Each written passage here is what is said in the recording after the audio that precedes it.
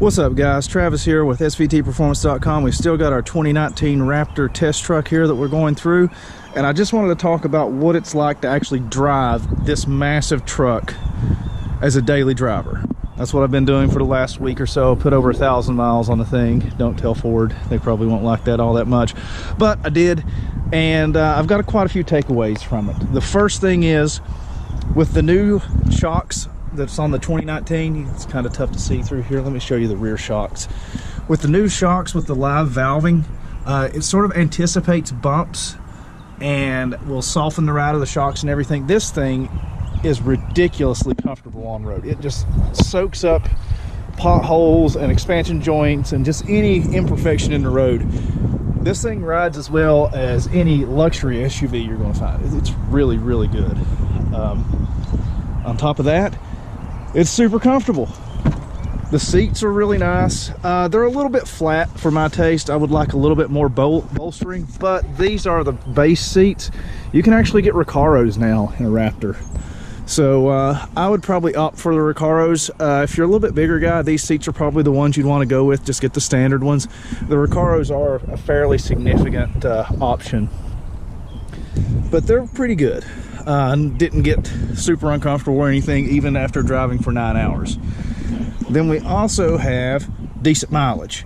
That's a huge change for the Raptor with the 3.5 EcoBoost. Like I mentioned before, this thing gets way better mileage, sometimes upwards of 5 miles per gallon better. So there's that. That makes it way easier to live with this thing on a daily basis. And this one has a ton of room. Like, look at the size of this back seat. It's huge. And on top of that, I love when you can fold this thing up and you've got this flat load floor. You can see some of my camera junk in here, but you've got a huge flat load floor that you can put a lot of crap in. I mean, you can haul a ton of stuff in this truck. And it's great, super comfortable thing. You've got, this one even has heated rear seats along with the heated and air conditioned front seats. Plus, I love the inclusion of all the power points on this. That's an important thing to me on newer trucks and just newer vehicles in general, is having lots of ways to charge your gadgets. So you've got even more up here, USB chargers, tons of stuff.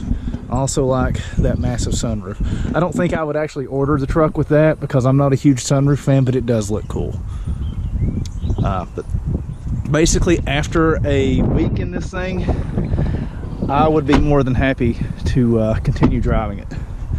The only issue you'll run into is it's a huge truck. It is really big.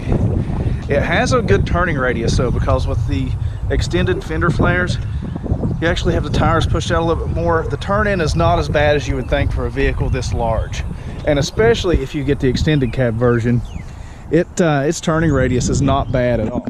And you can see, I think I've got this thing turned out to full lock right now, and it's not bad. So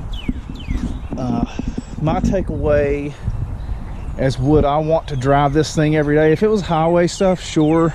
In town, like especially if you have to find parking on the street and stuff, probably not so much.